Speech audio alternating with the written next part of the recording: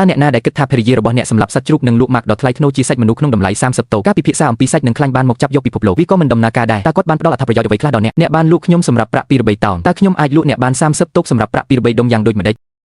20 វិនាទីឆៃឆេងខឹងខ្លាំងណាស់បន្ទាប់ពីលើវាប៉ុន្តែឆាងយូបានប្រាប់គាត់ថាការធ្វើពុតជាបងថ្លៃរបស់គាត់គឺត្រូវដោះស្រាយជាមួយឈ្មួញស្រូវនៅជាហេតុអ្វីអ្នកមិនសួរអ្នកផ្សេងឧទាហរណ៍ថាព្រះម្ចាស់លីមិនមែនជាអរិយលីទេ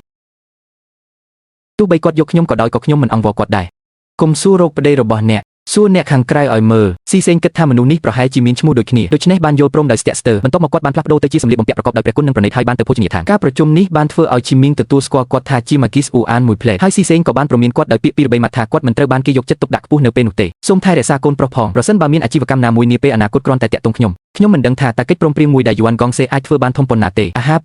200,000អាជីវកម្មសាងសង់ប្រអប់របស់យើងក្តៅពេកវាជាមិនរួចទេដែលនឹងមានវត្ថុភ្នែកក្រហមខ្លះញ៉ៃជុំវិញគ្មានអ្វីប្លែកទេដែលម្ចាស់ហាងយូបានបដិសេធកញ្ចប់របស់ឈីវាបានប្រែក្លាយថាកិច្ចព្រមព្រៀងនេះមិនធំទេគាត់ដឹងថាស៊ីសេងនៅរស់នៅឡើយឥឡូវនៅជន់ប៉ុតម្ដងទៀតគាត់ចង់ឆ្លៀតឱកាសឈ្នះដូច្នេះគាត់អនុញ្ញាតឲ្យអ្នកក្រមបង្គាប់របស់គាត់កាន់ត្រាវិមានខាងកើតរបស់គាត់ជាអត្តសញ្ញាណថៃដងកងដើម្បីតាក់ទាញឆៃហ្សែងចូលក្នុងនុយដើម្បីថ្លែងអំណរគុណចំពោះជំនួយដែលជួបប្រទេសជាញឹកញាប់អតីតបងស្រីបានទាញគាត់ឲ្យផឹកអតីតបងស្រីមើលឃើញថាស៊ីសេងមិនដូចអ្វីនៅក្នុងអង្គខ្ញុំបានសួរស៊ីសេងថាតើគាត់ជាមនុស្សបែបណានៅក្នុងការគោរពនោះគាត់នឹងមិនមែនជាក្បាលកាំភ្លើងក្រមួនដែលមានជីវជាតិទេមែនទេតើក្បាលកាំភ្លើងក្រមួនមានសារធាតុចិញ្ចឹមអ្វីខ្លះការរលាកគឺពណ៌មាសពិតប្រាកដពិតជាអស្ចារ្យមែនខ្ញុំនឹងរកនរណាម្នាក់វាស្ត្រីរណ្ដៅនោះឥឡូវនេះគាត់បាននិយាយថាអ្នកមិនបានរៀបការតតែសោះតើអ្នកកំពុងនិយាយអំពីការបញ្ចប់ផ្ទះមែនទេបើមិនដូច្នោះទេឆាងយូបាននិយាយថាអ្នកផ្សេងទៀតពិតជាត្រឹមត្រូវគាត់នឹងឆៃហ្សែងពិតជាមិនបានរៀបការទេទោះបីជាមីងបានចាក់សោពួកគេទាំងពីរនាក់នៅក្នុងបន្ទប់តែមួយនៅថ្ងៃនោះក៏ដោយក៏វាមិនដំណើរការដែរជារឿយខ្ញុំជួបមនុស្សដែលដឹងថាស៊ីសេងនឹងត្រូវចាក់ចេញឆាប់ឬក្រោយមកប្រសិនបើអ្នកចាប់ផ្ដើមមានអារម្មណ៍សោកសៅសូមសួរគាត់ឲ្យមានកូនមុនពេលគាត់ចាក់ចេញប្រសិនបើកុមារមើលទៅស្អាតដូចគាត់នោះគឺជាពរជ័យតើនេះមិនមែនជា hooligan ទេខ្ញុំមិនអាចបង្កើតកូនបានទេខ្ញុំមិនអាចចាប់ឆ្កែចុកបានទេខ្ញុំមិនអាចទ្រាំទ្រចិញ្ចឹមឆ្កែចុកហើយមិនអាចចាប់ទារកបានអតីតបងស្រីពិតជាចូលចិត្តខៃហ្សែងពេលឃើញឆេងយ៉ូគាត់បានបំពេញភារកិច្ចនេះពី3ថ្ងៃក្រោយមកថ្ងៃចូលឆ្នាំសកលបានមកដល់ក្រុមគ្រួសារជួបជុំគ្នាដើម្បីសរសេរគូស្វាមីភរិយាបុណ្យនីតិពេលឆាងយូទៅចិត្តគាត់យឺតស៊ីសេងចាប់ផ្ដើមត្រូវបានផ្លាស់ប្ដូរដោយរាល់សកម្មភាពរបស់ឆាងយូមិនសំខាន់ទេស្ទើរតែពន្យាពេលក្នុងការសរសេរគូស្វាមីភរិយាបុណ្យនីតិក្រដៅតើខ្ញុំបានជួបអ្នកទេមិនអីទេវាគ្រាន់តែជាទីបញ្ចប់ប៉ុណ្ណោះឆាងយូមិនដឹងច្បាស់ថាពិធីភ្ជាប់ពាក្យនៅរដូវផ្ការីករបស់ស៊ីសេងមានន័យយ៉ាងម៉េចទេប៉ុន្តែដរាបណាឆៃហ្សែងសរសេរវាគាត់ចូលចិត្តឆៃហ្សែងក្នុងគោលបំណងធ្វើឲ្យការជួបកាន់តែសប្បាយរីករាយខ្ញុំចាប់ផ្ដើមគូលើវាខ្ញុំច្រើនតែឃើញគាត់គូបានល្អចាប់ផ្ដើមសរសើរគាត់បាននិយាយថាគាត់ប្រកាសជារកលុយបានច្រើនដោយលក់អសោបចង់នឹងគំនូធ្វើពាក្យមិនពេញចិត្តសាន់យូមិនអាចយល់ពីការសារភាពដែលមិនច្បាស់លាស់បែបនេះតតែសោះឆាងយូក៏បានសរសេររំដាសម្រាប់គូនេះផងដែរតើធ្វើដូចម្តេចអំពីបាច់បដានេះចូលចិត្តកន្ទុយឆ្កែវាជាគំនិតល្អមែនទេត្រឹមត្រូវ